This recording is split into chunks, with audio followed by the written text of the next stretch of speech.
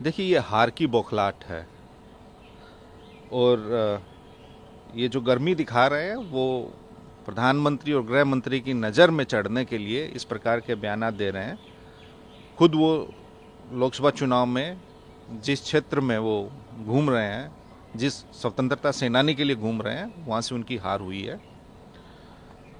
और चुनाव आयोग को संज्ञान लेना चाहिए। केंद्र में बैठे मंत्री धमका रहे हैं उस क्षेत्र में जहाँ जिस क्षेत्र में एक हत्या की जदयू के प्रत्याशी ने, उसके बावजूद भी उस क्षेत्र में जाके कह रहे हैं कि अमुक अमुक दबे कुचले वंचित लोगों को आपको बाहर नहीं निकलने देना है। अगर कोई हाथ पैर पड़े तो फिर उसको अपने साथ ले जाके वोट डलवाना है। डलवाना मतलब छपवाना है। तो लोकतंत्र में ये नहीं चलता। चुनाव आयोग को अविलंब इस बात का संज्ञान लेकर कार्रवाई सुनिश्चित करनी चाहिए। आज प्रचार का अंतिम दिन है। हमारी तो मांग है कि एज सून एज पॉसिबल प्रचार करने पे प्रतिबंध लगाना चाहिए। एक केंद्रीय मंत्री अगर इस प्रकार की जुबान का प्रयोग करते हैं तो लोकतंत्र के लिए और चुनावी प्रक्रिया के लिए कहीं से भी सही नहीं है। और सब गर्म पानी से किसी का घर नहीं जलाया जा सकता। सत्ता की गर्मी और चुनाव आयोग की शह पर आप सोचते हैं कि विपक्ष को हरा देंगे, तो ये बिल्कुल भी संभव नहीं है। मैंने कहा ना कि गर्म पानी से किसी का घर नहीं जलाया जा सकता। हाँ, अपने हाथ आप स्वयं जरूर जला लेंगे। तो ये इन लोगों की हार की बौखलाहट है। क्योंकि आज अंतिम दिन है फर्स्ट फेज का कैंपेन का। तो क्या लग रहा है, माहौल क्या है, मतलब आप लोग आ रहे हैं इस पर? माहौल तो एकदम टकाटक है। लोगों ने मन बना रखा है। जैसे हमारे नेता और मुख्यमंत्री पद के उम्मीदवार श्री तेजस्वी यादव जी कह रहे हैं कि बिहार की जनता बेकरार है, बेसब्र है। वो इंतजार कर रहे हैं कि कब 6 तारीख आए और कब 11 नवंबर आए और इस 20 वर्षों की निकम्मी, नकारा, भ्रष्ट एनडीए सरकार को हम हटाएं और एक जोश, जुनून, उत्साह और उम्मीदों से लबरेज युवा सरकार को हम सत्ता में लेके आएं। और ये तो आप प्रधानमंत्री जी की भाषा से ही देख लीजिए कि वो स्वयं समझ चुके हैं कि वो चुनाव हार चुके हैं। भाषा के नाम पे कनपट्टी और कट्टा और काम के नाम पे नील बटे सन्नाटा, ये प्रधानमंत्री जी के भाषणों का सार है। प्रधानमंत्री जी की शब्दावली पे आप गौर कीजिए। जंगल राज, कट्टा, कनपट्टी, बंदूक, तो यही सब बिहार में आके अगर प्रधानमंत्री जी ने एक भी प्रोग्रेसिव, पॉजिटिव, रिजल्ट ओरिएंटेड अगर कोई बात की हो। प्रधानमंत्री जी गुजरात में जाते हैं तो वो बात करते हैं फॉरेन डायरेक्ट इन्वेस्टमेंट की, इंफ्रास्ट्रक्चर की, सेमीकंडक्टर फैक्ट्रीज की, गिफ्ट सिटी की, स्पोर्ट्स की, स्टेडियम्स की, इंडस्ट्रियल क्लस्टर्स की।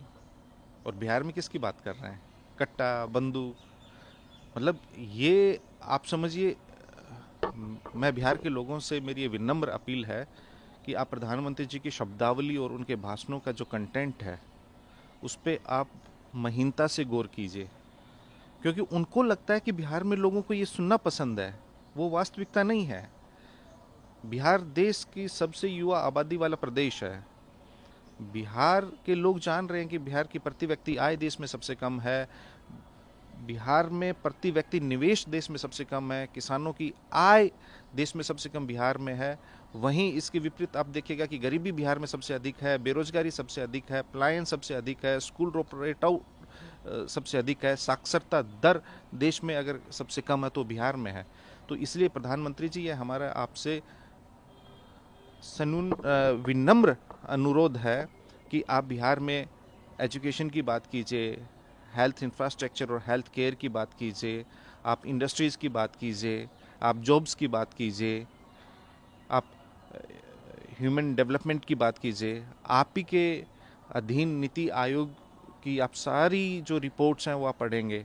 विकास के तमाम सूचकांक हों या ह्यूमन डेवलपमेंट इंडेक्स हो या जितने भी सोशल इंडिकेटर्स हैं, आप एजुकेशन के हों, हेल्थ के हो, इंफ्रास्ट्रक्चर के हों, न्यूट्रिशन से रिलेटेड हो, उन सब में बिहार पिछड़ा हुआ है। और माफ़ करना, आप इसका आरोप दूसरों पे नहीं लगा सकते हैं। 20 साल से बिहार में आपकी सरकार है, 11 साल से आप केंद्र में हैं, सो कॉल डबल इंजन सरकार चला रहा है 11 साल से। तो बिहार के लोगों को, युवाओं को समझ में आ गया है कि वास्तव में ये डबल इंजन नहीं, बिहार के युवाओं के लिए ट्रबल इंजन है। ये बिहार के लिए ट्रबल खड़ी कर रहे हैं। आप समझिए कि किसी भी कैश रिच स्टेट में, चाहे महाराष्ट्र हो, कहीं भी हो, इन्होंने वो नहीं किया जो ये बिहार में करना चाह रहे हैं या कर रहे हैं। तो बिहार सामाजिक रूप से, राजनीतिक रूप से अति जागरूक प्रदेश है। यहाँ आप उनको गुमराह नहीं कर सकते। आप 30-30 हेलीकॉप्टर लेके अकेले तेजस्वी यादव जी के पीछे आपने लगा रखे हैं। आपके पास ना इस चुनाव में कोई मुद्दा है, ना आपके पास कोई ब्लूप्रिंट है। अगर है तो आप बताइए। आप देखिए कि उनका मैनिफेस्टो भी इन्होंने जब लॉन्च किया तो मात्र 26 सेकंड में इन्होंने वो औपचारिकता पूरी की। वो भी इसलिए की क्योंकि हम लोग विपक्ष के नाते लगातार उनसे सवाल जवाब कर रहे थे कि भाई आपका मैनिफेस्टो क्यों नहीं आया। आपने मुख्यमंत्री पद के तो उनका कोई उम्मीदवार है ही नहीं, वो उन्होंने कह दिया। वर्तमान मुख्यमंत्री के नेतृत्व में ये चुनाव लड़ रहे हैं। उनके मुंह से क्या आपने सुना है कि अगले 5 वर्ष में बिहार की बेहतरी के लिए, उन्नति के लिए, चहुमुखी विकास के लिए उनकी कोई कार्य योजना है या नहीं है? या भारतीय जनता पार्टी के जो नेता हैं उनके मुंह से आपने सुना है कि बिहार को लेके उनका क्या विजन है, क्या रोड मैप है, उनकी क्या दृष्टि है? नहीं सुना। तो इसलिए जिनकी 5 साल की कोई कार्य योजना नहीं है और जिन्होंने विगत 20 वर्ष में कुछ नहीं किया, तो उनसे तो बिहार के उत्थान और प्रगति के बारे में कुछ उम्मीद करना भी बेकार है। संजय जी, हम ये जानना चाह रहे हैं कि आप लोगों ने, आप जो चुनाव की बात कर रहे हैं कि हम सरकार में आ रहे हैं, ऐसे कौन कौन से मुद्दे हैं जो आपको लग रहा है कि जनता के हित का है और जो आप लेके आ रहे हैं जिससे आपको जनता वोट करेगी? देखिए, सबसे बड़ा मुद्दा तो गुड गवर्नेंस है। और दुर्भाग्य की बात है, आज अगर मैं आपसे पूछूं तो बिहार में गवर्नेंस नाम की कोई चीज़ नहीं है। होता ना कि एक तो गुड गवर्नेंस होती है, एक बैड गवर्नेंस होती है। बिहार में अभी there is no governance at all. Bihar में अब गवर्नेंस ही नहीं है। अच्छी और बुरी की तो बात ही आप छोड़ दीजिए। कुछ होती है तो तभी कहते हैं ना कि अच्छा है या बुरा है। चंद अधिकारी, भ्रष्ट अधिकारी, एक एक एक सिंडिकेट बना हुआ है, एक कार्टेल बना हुआ है, करप्ट ऑफिसर्स का एंड करप्ट पॉलिटिशियंस का, जो सत्ताधारी हैं। वो कार्टेल क्या कर रहा है कि प्रोटेक्ट एंड प्रमोट करता है क्रिमिनल्स को एंड जो करप्ट ठेकेदार हैं, करप्ट ऑफिसर्स हैं, उन लोगों को। तो एक सिंडिकेट, एक कार्टेल बिहार को चला रहा है पिछले कुछ वर्षों में। मुख्यमंत्री जी हैं, उनके बारे में तो कुछ टिप्पणी करना मैं उचित नहीं समझता हूं। तो इसलिए बिहार के हर प्रदेश के जो भी वासी हैं वो ये सोचें कि हमारी बेहतरी, हमारा भविष्य कहाँ सुरक्षित है। तेजस्वी यादव जी बार बार कह रहे हैं। मैं मेरे युवा साथियों को, बिहार के मेरे प्रिय बिहारवासियों को मैं एक सुनहरा भविष्य और बेहतर वर्तमान देना चाहता हूँ। और पिछले आप 2020 के चुनाव से आप उठा के देख लीजिए, नवंबर 2020 से लेकर अब हम नवंबर 2025 में हैं। 5 साल में कोई एक ऐसा दिन हो जब तेजस्वी जी ने गैर जरूरी बात की हो। हमेशा उन्होंने मुद्दों की बात की है। आपने कहा कि हमारे मुद्दे क्या होंगे? तेजस्वी जी किस चीज़ की बात कर रहे हैं? पढ़ाई। पढ़ाई यानी गुणवत्तापूर्ण शिक्षा हम बिहार में लागू करेंगे। बिहार के वो छात्र, शिक्षक या एजुकेशन सेक्टर से जुड़े हुए लोग जो अन्य राज्यों में जाते हैं काम करने, उनको बिहार में ही वो बुनियादी सुविधाएं मिले, शिक्षक हैं उनको सम्मान मिले, छात्रों को अच्छी शिक्षा मिले। फिर वो दवाई की बात करते हैं। इलाज के लिए आप डिस्ट्रिक्ट हॉस्पिटल चले जाइए, वहाँ आपको मरहम पट्टी के अलावा कोई दूसरा आपकी किसी बीमारी का इलाज नहीं है। उठा के रेफ़र कर देते हैं आपको पटना में। वहाँ ना डॉक्टर्स हैं, ना दवा है, ना वहाँ सुई है, ना रुई है। ये तो जिला अस्पतालों का हाल है। प्राइमरी हेल्थ सेंटर्स और कम्युनिटी हेल्थ सेंटर्स की तो आप बात ही छोड़ दीजिए। फिर वो बात करते हैं कमाई की। सबसे अधिक बेरोजगारी बिहार में है। तो बिहार के युवाओं को हम अधिक से अधिक रोजगार कैसे दें, नौकरी कैसे दें, उसकी बात कर रहे हैं, यानी कमाई की। इंडस्ट्रीज़ कैसे लगे, उद्योग धंधे कैसे लगे, जिला में एसएमईज कैसे हों, जो स्मॉल स्केल इंडस्ट्रीज़ हैं, फूड प्रोसेसिंग यूनिट्स कहाँ से आए, इसके बारे में बात कर रहे हैं। चीनी मिल कैसे शुरू हो, जूट मिल कैसे शुरू हो।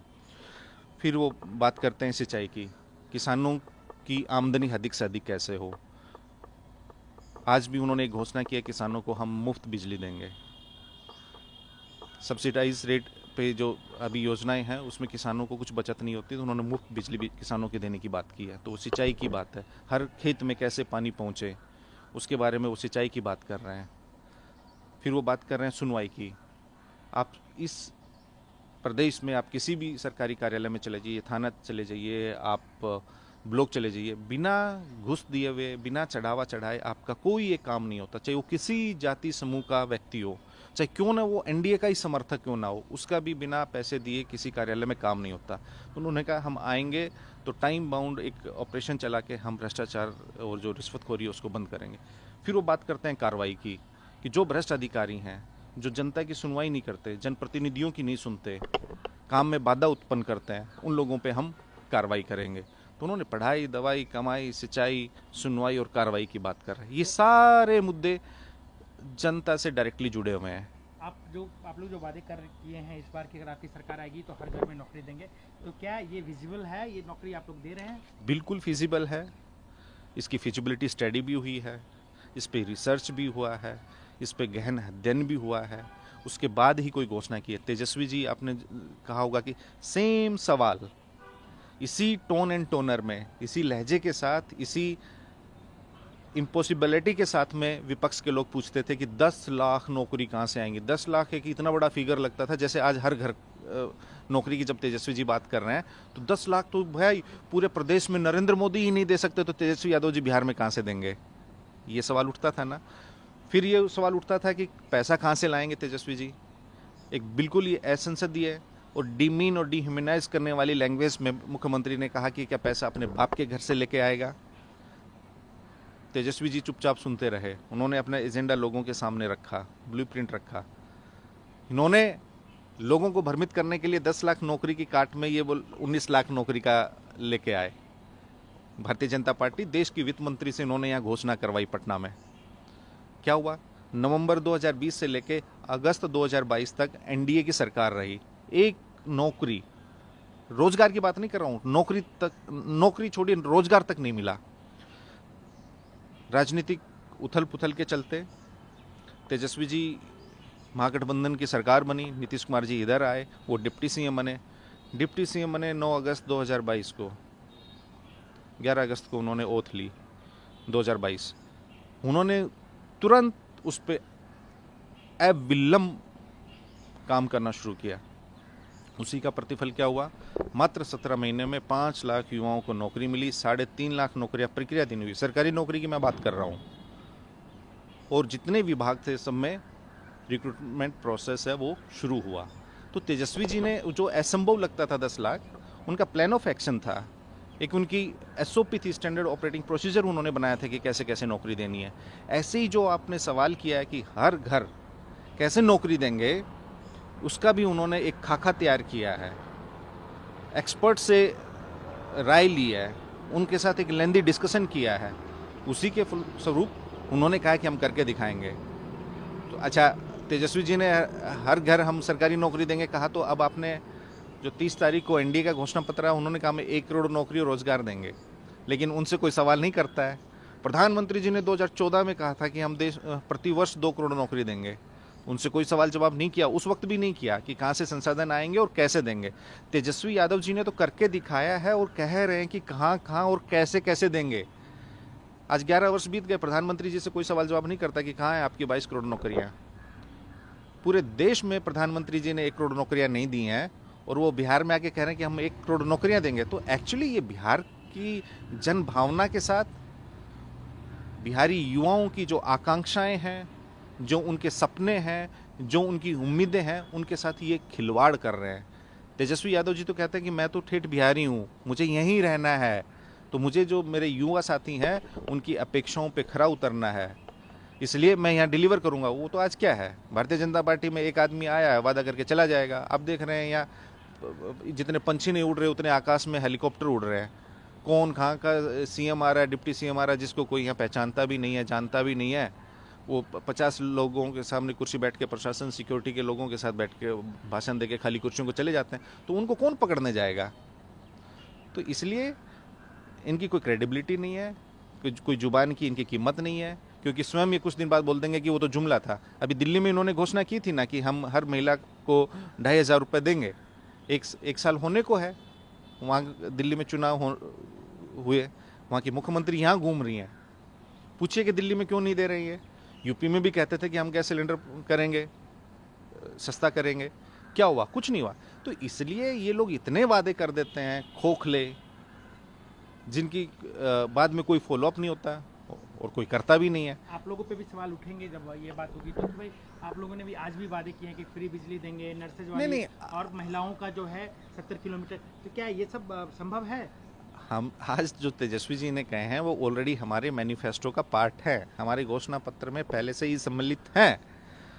ओपीएस उसमें है कि हमारी सरकार आएगी तो हम पुरानी पेंशन योजना को लागू करेंगे और 70 किलोमीटर के दायरे में जो भी सरकारी कर्मी हैं, चाहे उसमें डॉक्टर्स हों, नर्सिस हों, पुलिसकर्मी हो, टीचर्स हों और डिपार्टमेंट के लोगों, उनको ताकि सहूलियत हो आने जाने में और गवर्नेंस में एक अच्छी इफ़िशियंसी हो आए, इफ़ेक्टिवली वो काम करें और उसमें उस व्यक्ति की प्रोडक्टिविटी भी बढ़े।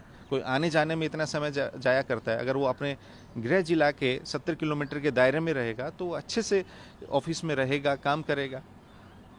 तो अगर आप संतुष्ट होंगे, खुश होंगे, तो आप बेहतर परफॉर्म कर पाएंगे।